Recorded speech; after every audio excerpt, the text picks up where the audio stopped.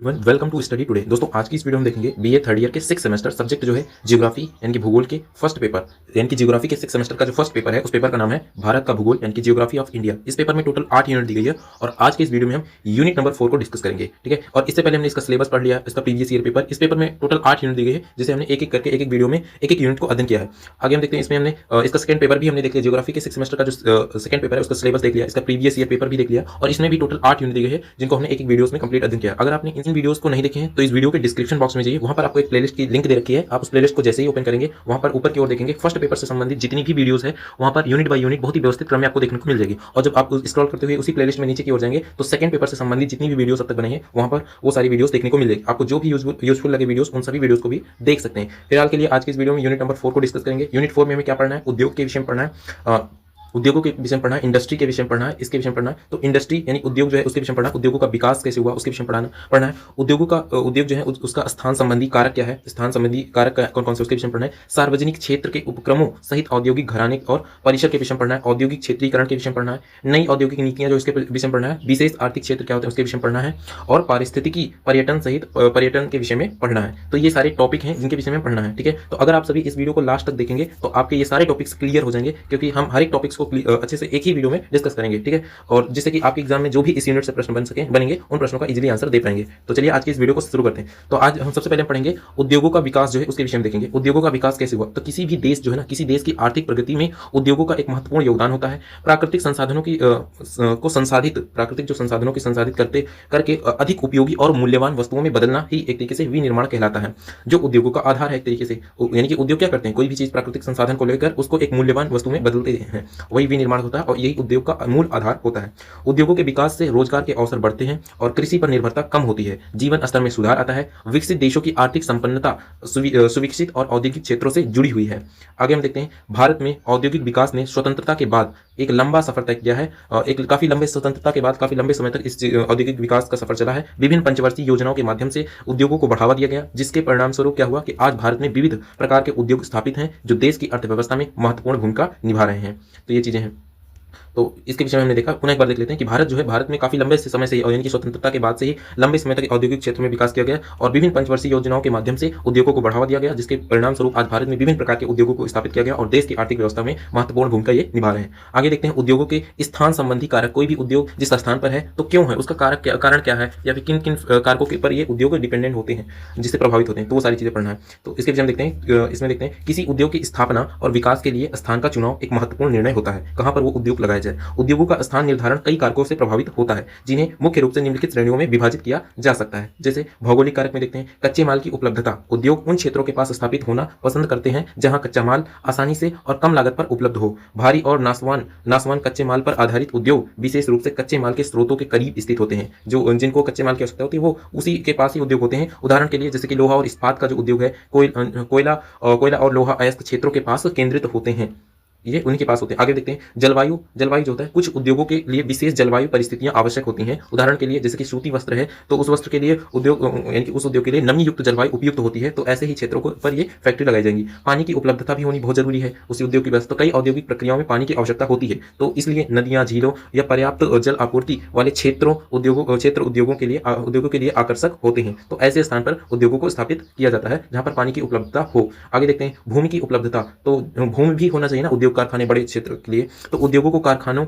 आवास व अन्य बुनियादी ढांचों के लिए एक पर्याप्त समतल भूमि की आवश्यकता होती है। तो वहां पर एक तरीके से भूमि की उपलब्धता भी एक महत्वपूर्ण कारक है उद्योगों की स्थापना में। परिवहन के विषय में देखते हैं तो तैयार जो माल है उसको बाजार तक और कच्चे माल को कारखाने तक पहुंचाने के लिए पर्याप्त परिवहन की सुविधा महत्वपूर्ण कारक है। सड़क है, रेल होनी चाहिए। रेल और जलमार्ग की उपलब्धता उद्योगों के स्थान को प्रभावित करते हैं। अगर जिस स्थान पर कनेक्टिविटी यानी कि कोई है ही नहीं, किस तरीके से यानी कि माल को भेजा जाएगा, तो एक तरीके से कनेक्टिविटी होनी चाहिए ना, रोड वगैरह की व्यवस्था होनी चाहिए जहां पर ये उद्योग स्थापित हो रहा है, वरना इसको कैसे ले जाएंगे। तो ये सारी कारक जो हैं प्रभावित करते हैं उद्योग की स्थापना में। आर्थिक कारक भी कई सारे हैं, जैसे कि बाजार की समीपता। बाजार समीप होगा तो वहां पर अच्छा होगा उसके लिए, यानी कि तैयार उत्पादों की बिक्री के लिए बाजार की निकटता होना परिवहन लागत और समय को कम करता है, यानी कि समय भी कम लगेगा और परिवहन भी आसानी से हो जाएगा। उपभोक्ता आधारित उद्योग अक्सर बड़े जनसंख्या केंद्रों के पास ही स्थित होते हैं। जैसे उपभोक्ता आधारित जो उद्योग प्रोडक्ट होते हैं वो ऐसे उद्योगों को जनसंख्या केंद्र यानी कि जहां पर बड़ी सारी जनसंख्या होती है उसी के आसपास ये स्थापित किए जाते हैं उद्योगों को, ऐसे उद्योग। आगे देखते हैं श्रम जो आपूर्ति है, श्रम आपूर्ति इसके विषय में देखते हैं। तो कुशल और अकुशल श्रमिकों की उपलब्धता और उनकी लागत उद्योगों के स्थान को प्रभावित करती है। जहां पर यानी कि कुशल श्रमिक हैं और कम लागत पर श्रमिक मिल जा रहे हैं, तो वो एक तरीके से उद्योगों के लिए बहुत ही फायदेमंद है।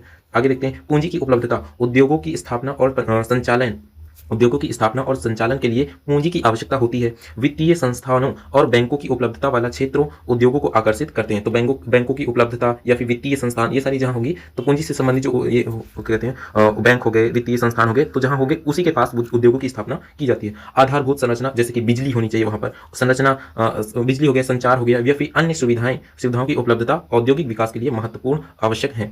आगे देखते हैं मानवीय कारक भी कई सारी होते हैं, जैसे कि सरकारी नीतियां, सरकार द्वारा प्रदान किए जाने वाले प्रोत्साहन, कर में छूट और विशेष आर्थिक क्षेत्र में उद्योगों के स्थान को प्रभावित कर सकते हैं। जैसे कई सारे राज्यों में छूट मिलती है, तो कोई भी राज्य में, जिस राज्य में छूट मिलेगी उस राज्य में कंपनी स्थापित होगी। तो इस तरीके से सरकारी नीतियां भी प्रभावित करती हैं। पिछड़े क्षेत्रों में उद्योगों को बढ़ावा देने के लिए सरकार विशेष नीतियां बना सकती है। राजनीतिक स्थिरता, इसके विषय में देखते हैं। तो राजनीतिक रूप से स्थिर और सुरक्षित क्षेत्र उद्योगों के विकास के लिए अनुकूल होते हैं। उसके विषय आगे देखते हैं। प्रौद्योगिकी के विषय में देखते हैं। तकनीकी विकास उद्योगों के स्थान, तकनीकी जो विकास है उद्योगों के स्थान संबंधी कारकों को बदल सकता है। उदाहरण के लिए जैसे समझे कि सूचना प्रौद्योगिकी आधारित जो है उद्योग स्थान की पारंपरिक बाधाओं से मुक्त हो सकता है। इसके विषय में देखा। आगे देखते हैं उद्यमी, इसके विषय में देखते हैं। तो उद्यमियों की उपलब्धता जो होती है और उनकी पहल भी एक तरीके से औद्योगिक विकास में महत्वपूर्ण भूमिका निभाती है। तो उद्यमी जो है, उद्यमी लोग की उपलब्धता भी उनकी एक तरीके से उनकी पहल भी औद्योगिक विकास के लिए बहुत ही महत्वपूर्ण होती है। उद्यमी ही नहीं है तो फिर उसके पास उद्योग की स्थापना क्यों ही किया जाए। जहां पर उद्यमी होंगे वहीं पर एक तरीके से इस उद्योग की स्थापना की जाएगी।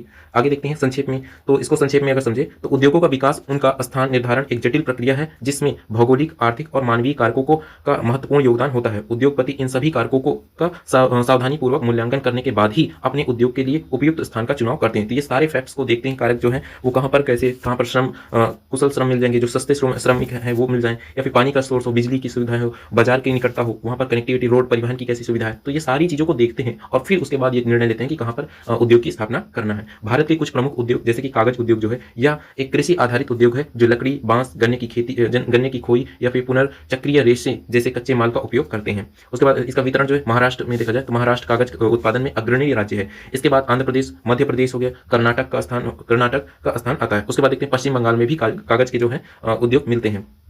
आगे देखते हैं कागज माल की उपलब्धता, परिवहन और बाजार की निकटता इसके स्थान को प्रभावित करती है। तो कच्चे माल जो होते हैं कागज उद्योग के लिए, कच्चे माल की जो उपलब्धता है, परिवहन है और बाजार, ये कहीं ना कहीं प्रभावित करते हैं। इस्पात उद्योग और लोहा इस्पात उद्योग, इसके विषय में हम देखते हैं। इस्पात उद्योग या इसी को लोहा इस्पात उद्योग कहते हैं। तो यह भारत के आधुनिक उद्योगों में से एक है और अन्य उद्योगों के लिए आधारभूत यानी कि उद्योग है। वितरण के विषय में देखते हैं तो यह उद्योग मुख्य रूप से कच्चे माल यानी कि लौह अयस्क और कोयला की उपलब्धता वाले क्षेत्रों जैसे कि छोटा नागपुर, पठार, झारखंड, ओडिशा में केंद्रित है। आगे देखते हैं इसके विषय में, अगला देखते हैं इसके प्रमुख जो पॉइंट है। तो प्रमुख केंद्र जैसे कि जमशेदपुर हो गया, भिलाई हो गया, दुर्गापुर हो गया, राउरकेला जो है वहां पर है, और बोकारो हो गया, विशाखापट्टनम हो गया और सेलम हो गया। उसके बाद देखते हैं बाजार और परिवहन भी इसके स्थान निर्धारण में महत्वपूर्ण भूमिका निभाते हैं। कौन? बाजार जो है और परिवहन जो है ये कहीं ना कहीं एक तरीके से इसके स्थान संबंधी निर्धारण में महत्वपूर्ण भूमिका निभाते हैं। सीमेंट उद्योग है, इसके विषय में देखते हैं। सीमेंट उद्योग यह एक महत्वपूर्ण निर्माण सामग्री उद्योग है और कच्चे माल इसमें चूना पत्थर, सिलिका और एल्यूमिनियम जैसे ये कच्चे माल का उपयोग होता पर आधारित होते हैं। वितरण देखें तो मध्य प्रदेश जो है, मध्य प्रदेश सीमेंट उत्पादन में अग्रणी राज्य है। इसके बाद राजस्थान, आंध्र प्रदेश, गुजरात और तमिलनाडु का स्थान आता है। चूना पत्थर की उपलब्धता इसके स्थानीकरण का मुख्य कारक है। चूना पत्थर की जो उपलब्धता है उसके स्थानीकरण का मुख्य कारक है। बंदरगाहों की निकटता भी कुछ एक तरीके से संयंत्रों के लिए महत्वपूर्ण है। आगे देखते हैं एल्यूमिनियम उद्योग, इसके विषय में हम देखते हैं। एल्यूमिनियम प्रगलन द्वारा सबसे महत्वपूर्ण धातु शोधन होता है। किस विधि के द्वारा? प्रगलन विधि द्वारा दूसरा सबसे महत्वपूर्ण धातु शोधन उद्योग है। यह हल्का, जंगरोधी और विद्युत का सुचालक होता है। ये जंगरोधी और विद्युत का सुचालक होता है। वितरण देखें तो ओडिशा में एल्यूमिनियम प्रगलन संयंत्रों की सबसे बड़ी संख्या, सबसे अधिक एक तरीके से संयंत्रों की जो संख्या सबसे अधिक है, और अन्य प्रमुख उत्पादक राज्य पश्चिम बंगाल, केरल, उत्तर प्रदेश और छत्तीसगढ़, महाराष्ट्र और तमिलनाडु में है। बॉक्साइट यानी कि कच्चा माल की उपलब्धता, सस्ती जलवायु विकास इसके स्थान को महत्वपूर्ण रूप से प्रभावित करते हैं। आगे हम देखते हैं यहाँ पर हमने देखा बॉक्साइट जो है वो कच्चा माल के रूप में उपलब्धता और सस्ती जलवायु ऊर्जा इसके स्थान को महत्वपूर्ण रूप से प्रभावित करती हैं। आगे देखते हैं सूती वस्त्र उद्योग, इसके विषय में। यह भारत के सबसे पुराने और सबसे बड़े उद्योगों में से एक है जो कृषि कपास पर आधारित है। वितरण देखा तो यह उद्योग मुख्य रूप से महाराष्ट्र के मुंबई, गुजरात के अहमदाबाद, वडोदरा में और तमिलनाडु में कोयम्बटूर, मदुरई और उत्तर प्रदेश में केंद्रित है। ठीक है, तो यानी कि सूती वस्त्र उद्योग जो है एक तरीके से महाराष्ट्र में मुंबई, सोलापुर में और महाराष्ट्र के मुंबई और सोलापुर में स्थित है। गुजरात के अहमदाबाद और बड़ोदरा में, और तमिलनाडु में देखा जाए तो कोयम्बटूर और मदुरई और उत्तर प्रदेश में स्थित केंद्रित है। कपास की जो उपलब्धता है ना, वो बाजार और परिवहन और नमी युक्त जलवायु प्रारंभिक चरण में इसके स्थान को प्रभावित करते हैं। आगे हम देखते हैं और संक्षेप में हम देखते हैं भारत में उद्योगों को का भौगोलिक वितरण विभिन्न कारकों जैसे कि कच्चे माल की उपलब्धता, ऊर्जा संसाधन, परिवहन, बाजार श्रम और सरकारी नीतियों से गहराई से प्रभावित होता है और प्रत्येक उद्योगों की अपनी विशिष्ट आवश्यकताएं होती हैं जो उसके स्थानीयकरण को निर्धारित करती हैं। आगे देखते हैं औद्योगिक क्षेत्रीकरण, इंडस्ट्रियल रीजनलाइजेशन के विषय में देखते हैं। औद्योगिक क्षेत्रीकरण का अर्थ क्या है? किसी देश या क्षेत्र के भीतर विशिष्ट औद्योगिक क्षेत्र का विकास और संकेंद्रण, ये होता है औद्योगिक क्षेत्रीकरण। यानी कि उस विशिष्ट क्षेत्र में, यानी कि किसी देश या क्षेत्र के भीतर विशिष्ट औद्योगिक क्षेत्र का विकास करना, संकेंद्रण करना भी एक तरीके से औद्योगिक क्षेत्रीकरण कहलाता है। यह प्रक्रिया विभिन्न कारकों के संयोजन से होता है जैसे कि कच्चे माल की उपलब्धता, बाजार की समीपता, परिवहन नेटवर्क, श्रम आपूर्ति और सरकारी नीतियों और ऐतिहासिक कारण हो सकते हैं। आगे हम देखते हैं औद्योगिक क्षेत्र के विकास के कारण क्या क्या हैं। औद्योगिक क्षेत्रों के विकास के कारण क्या क्या है? तो देखिए, संसाधन उपलब्धता है। तो कुछ उद्योग जो होते हैं विशिष्ट प्राकृतिक संसाधनों पर निर्भर होते हैं, इसीलिए वे उन क्षेत्रों के आसपास ही विकसित होते हैं जहां ये संसाधन प्रचुर मात्रा में पाए जाते हैं। जैसे कि कोयला क्षेत्रों के पास ही लोहा और इस्पात उद्योग स्थापित होते हैं। बाजार अभिगमन देखते हैं, बाजार अभिगम इसके विषय में देखते हैं। तो उपभोक्ता और उन्मुख उद्योग बड़े जनसंख्या केंद्रों या बाजारों के पास स्थित होते हैं ताकि परिवहन लागत कम हो सके और मांग को आसानी से पूरा किया जा सके। आगे हम देखते हैं परिवहन और संचार के विषय में देखते हैं। तो सुविकसित परिवहन नेटवर्क, सड़क, रेल, जलमार्ग और संचार सुविधाएं उद्योगों को कच्चे माल और तैयार माल की आवाजाही में मदद करती हैं, जिससे एक तरीके से औद्योगिक क्षेत्रों का विकास होता है। पुनः देख लेते हैं। तो परिवहन और संचार की आवश्यकता होती है। सुविकसित परिवहन नेटवर्क जिसमें सड़क, रेल, जलमार्ग है, ये चीजें होनी चाहिए और संचार सुविधाएं उद्योग ये होनी चाहिए और को कच्चे माल और तैयार माल की आवाजाही में मदद करती है, जिससे कि औद्योगिक क्षेत्र का विकास होता है। श्रम पूल इसके विषय में देखते हैं। श्रम पूल जो है उसके विषय में देखते हैं। श्रम पूल तो कुशल और अकुशल श्रमिकों की उपलब्धता उद्योगों को आकर्षित करती है, जिससे विशिष्ट क्षेत्रों में औद्योगिक संकेंद्रण होता है। इसके विषय में देखा तो एक तरीके से एक श्रम पूल का मतलब है कुशल और अकुशल श्रमिकों की उपलब्धता उद्योगों को आकर्षित करती है, जिससे विशिष्ट क्षेत्र में औद्योगिक संकेंद्रण होता है। सरकारी नीतियां इसके विषय में देखते हैं। तो सरकार विशेष आर्थिक क्षेत्रों यानी कि SEZ यानी कि विशेष आर्थिक जो क्षेत्र होते हैं उसकी स्थापना कर प्रोत्साहन और बुनियादी ढांचों के विकास के माध्यम से विशिष्ट क्षेत्र में उद्योगों को बढ़ावा दे सकती है।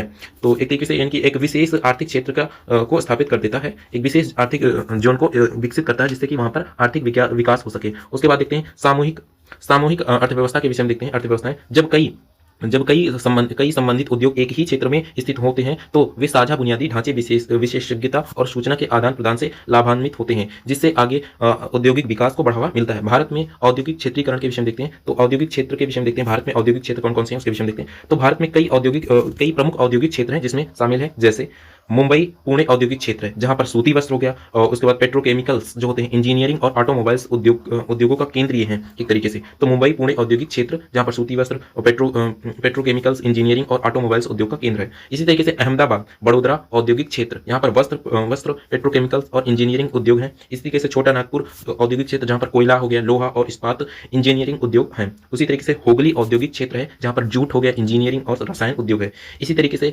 बेंगलोर चेन्नई औद्योगिक क्षेत्र है जहां पर एक तरीके से इलेक्ट्रॉनिक्स, सॉफ्टवेयर, ऑटोमोबाइल्स और इंजीनियरिंग उद्योग है।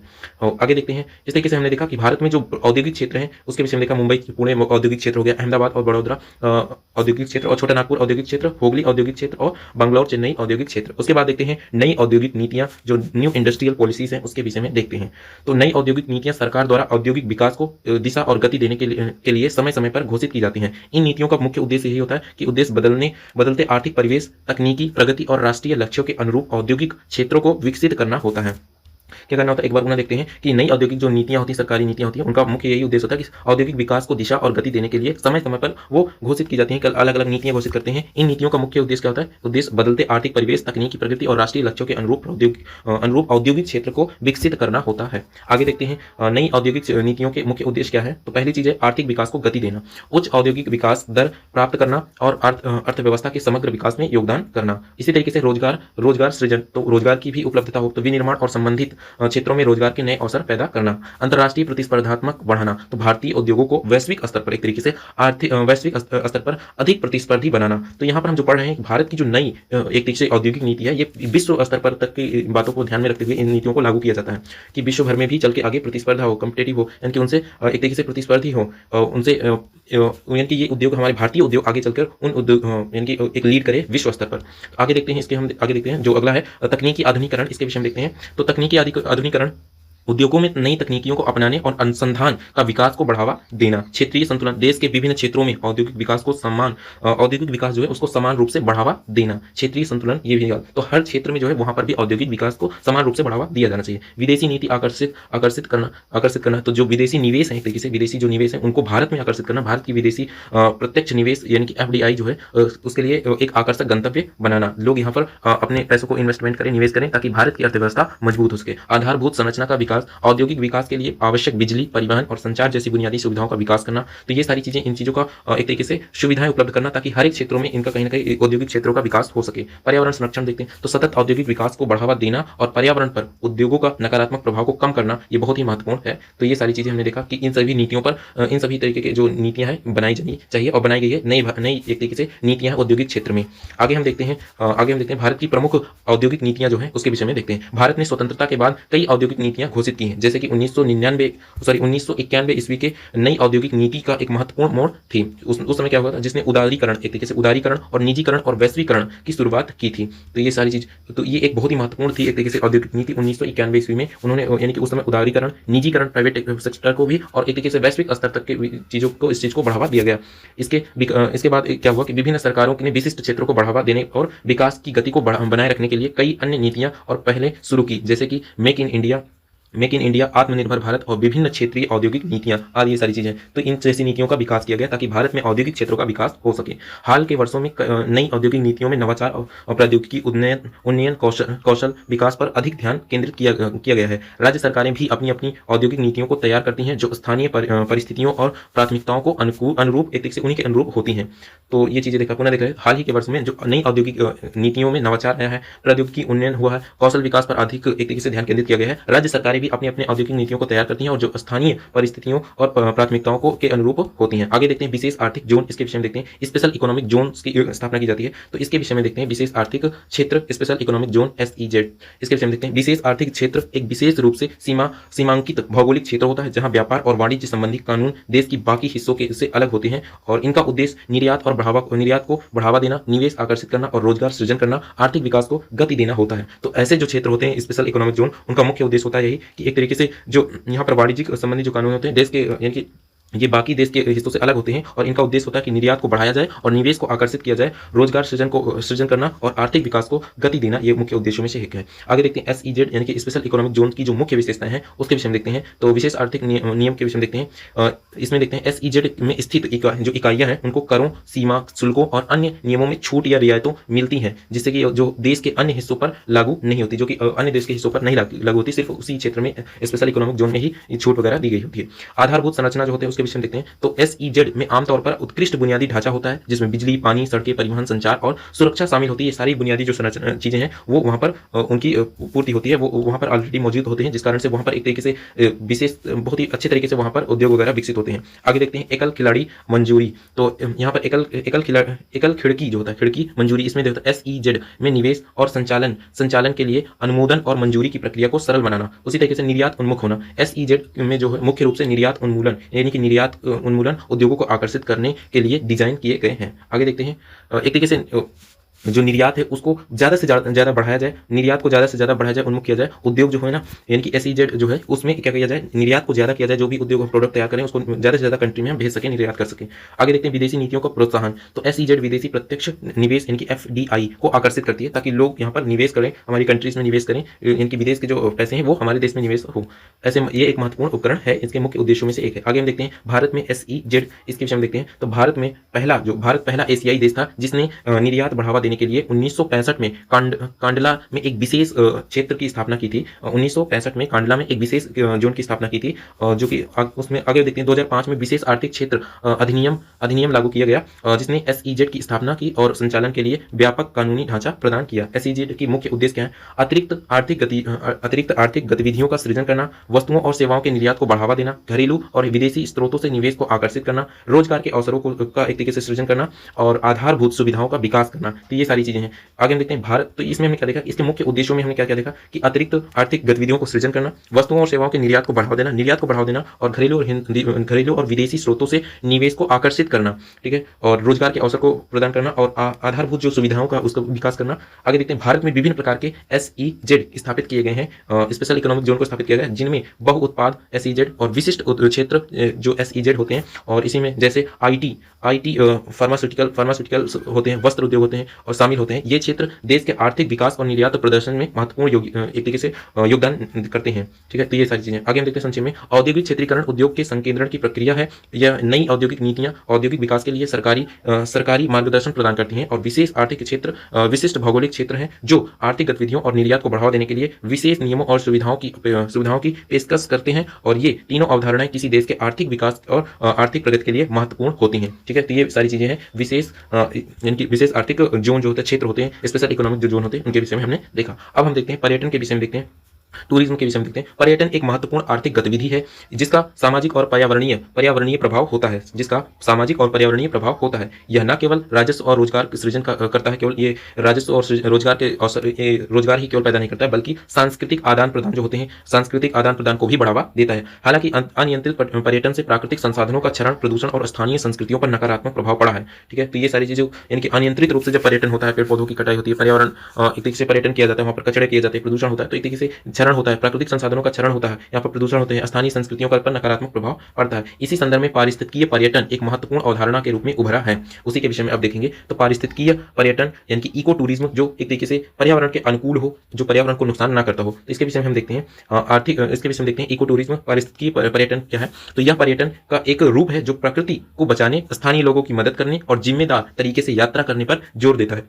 इसमें प्राकृतिक क्षेत्रों की यात्रा करना, पर्यटन का सामना करना, इसमें एक तरीके से प्राकृतिक जो क्षेत्र है उन प्राकृतिक क्षेत्रों की यात्रा करना और पर्यावरण का एक तरीके से सामना करना, और यह सुनिश्चित करना शामिल है इस चीजों में कि पर्यावरण एक तरीके से जो पर्यटन हो रहा है उस चीज से पर्यावरण को या प्रकृति और स्थानीय संस्कृति पर कम से कम बुरा प्रभाव पड़े, बल्कि उन्हें फायदा हो इससे। यह पर्यावरण को या एक तरीके से इस पर्यटन को पर्यावरण और संस्कृति के बारे में सिखाता है। पुनः एक बार हम देख लेते हैं इको टूरिज्म के विषय में।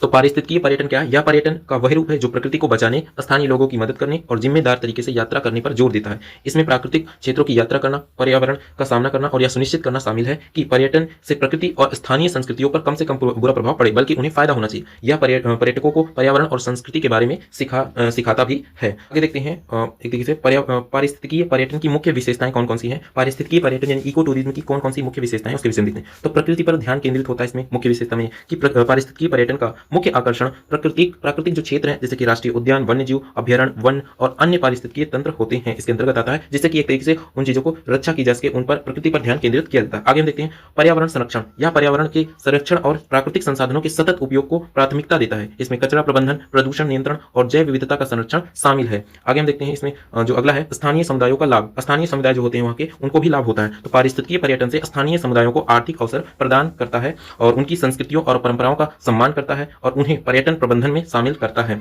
ये चीजें हैं। आगे देखते हैं शिक्षा और जागरूकता। यह पर्यटकों को जो होते हैं उनको पर्यावरण और स्थानीय संस्कृतियों के बारे में शिक्षित करने और जागरूकता बढ़ाने पर जोर देता है और व्याख्यात्मक कार्यक्रमों और गाइडेड टूर के माध्यम से यह संभव होता है। जिम्मेदार यात्रा, तो ये इसमें एक उद्देश्य यही होती है, ये भी होती है कि जिम्मेदारी रूप से हम जिम्मेदार अपनी खुद रखें कि किस तरीके से हमें यात्रा करना, प्रदूषण वगैरह नहीं फैलाना है, कचरा वगैरह नहीं करना। तो यह पर्यटकों को पर्यावरण के प्रति जिम्मेदार व्यवहार करने, जैसे कि वन्य जीवों को परेशान न करना, निर्धारित मार्गों पर चलना और स्थानीय नियमों का पालन करना के लिए प्रोत्साहित करता है। तो ये सारी चीजें इसके मुख्य उद्देश्यों में से एक है। ठीक है, तो पारिस्थितिकीय पर्यावरण की मुख्य विशेषताओं में प्रकृति पर ध्यान केंद्रित करता है, पर्यावरण संरक्षण करता है और इसके मुख्य उद्देश्य में, और स्थानीय समुदायों को लाभ होता है इससे, और शिक्षा और जागरूकता इससे होती है, और जिम्मेदारी रूप से यात्रा करनी चाहिए। आगे हम देखते हैं पारिस्थितिकीय पर्यटन के उदाहरण क्या है, जैसे एग्जाम्पल के माध्यम से सुनते हैं।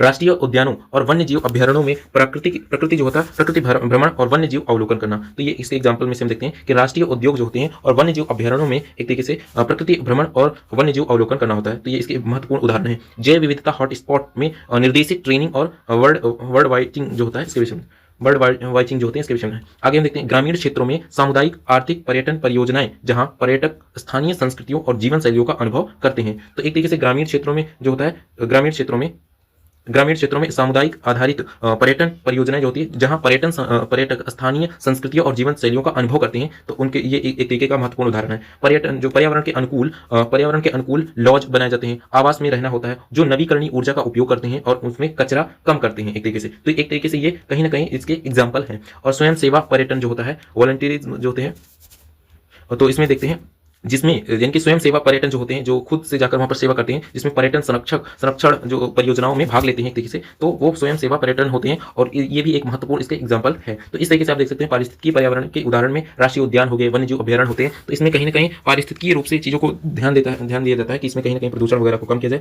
जैव विविधता हॉटस्पॉट जो क्षेत्र होते हैं वहां पर, और ग्रामीण क्षेत्रों में एक तरीके से पर्यावरणीय रूप से पर्यटन होना, और यहाँ पर जो लॉज वगैरह बनाए जाते हैं, तो वहाँ पर पर्यावरण के अनुकूल ही लॉज वगैरह बनाए जाते हैं और नवीकरणीय ऊर्जा का उपयोग करते हैं। ये सारी चीजें स्वयं सेवा पर्यटन जो होते हैं वो। आगे देखते हैं पर्यटन के अन्य रूप जो है। पारिस्थितिकीय पर्यटन के अलावा पर्यटन के कई अन्य रूप होते हैं, रूप भी प्रचलित हैं, जिनमें शामिल है जैसे कि सांस्कृतिक पर्यटन यानी कल्चरल टूरिज्म, ऐतिहासिक स्थलों, कला, संगीत, भोजन और स्थानीय परंपराओं का अनुभव करना इसमें होता है। सांस्कृतिक पर्यटन में विरासत पर्यटन, हेरिटेज टूरिज्म, इसमें क्या होता है, ऐतिहासिक और पुरातात्विक महत्व के स्थानों की यात्रा करना होता है। समुद्री पर्यटन, मरीन टूरिज्म, इसके विषय में देखते हैं तो समुद्र तटों पर द्वीपों या समूह समुद्री जीवों के का अंदर समुद्री जीव होते हैं उनका आनंद लेना, जैसे कि तैराकी हो गया, स्नॉर्कलिंग होना और ड्राइविंग जो होता है इसके विषय में होना। आगे देखते हैं ग्रामीण पर्यटन, रूरल टूरिज्म जो होता है, ग्रामीण जीवन, कृषि और लोक संस्कृति का अनुभव करना। उसके बाद देखते हैं साहसिक पर्यटन, यानी कि इसके विषय में देखते हैं एडवेंचर टूरिज्म जो होते हैं, ये ट्रैकिंग होता है, पर्वतारोहण होता है, राफ्टिंग होता है, वह अन्य रोमांचक गतिविधियों में भाग लेना होता है इसमें।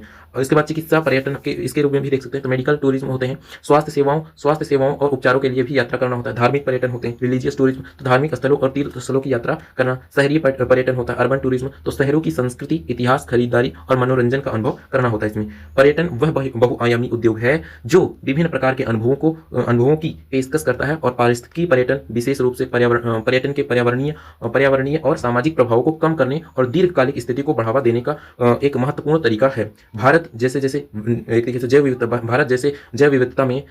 से समृद्ध देश में पारिस्थितिकी पर्यटन की अपार संभावनाएं हैं, यदि इसे जिम्मेदारी और सावधानी से विकसित किया जाए तो यानी कि एक तरीके से इको टूरिज्म जो है उसको बढ़ावा देना चाहिए भारत में, क्योंकि जैव विविधता है उसको कहीं ना कहीं संरक्षण करना है। तो एक तरीके से पर्यटन जो है वो, क्योंकि आर्थिक रूप से भी वो पर्यटन बहुत ही महत्वपूर्ण है, तो उसको हम कैसे कर सकते हैं, इसको हम पारिस्थितिकीय टूरिज्म यानी कि इको टूरिज्म के रूप में हम उसे करने का प्रयास करेंगे, जो भी उसमें जिम्मेदारी और सावधानी रूप से उसका विकास करेंगे। तो इस तरीके से हमने देखा यूनिट नंबर 4 को हमने देखा, इसमें उद्योग के विषय में पढ़ना था और टूरिज्म के विषय में कई सारे टॉपिक्स थे जिनको हमने यानी कि इस यूनिट के जितने भी इंपॉर्टेंट टॉपिक्स थे उनको हम करने की इस वीडियो में कंप्लीट अध्ययन कर लिया है।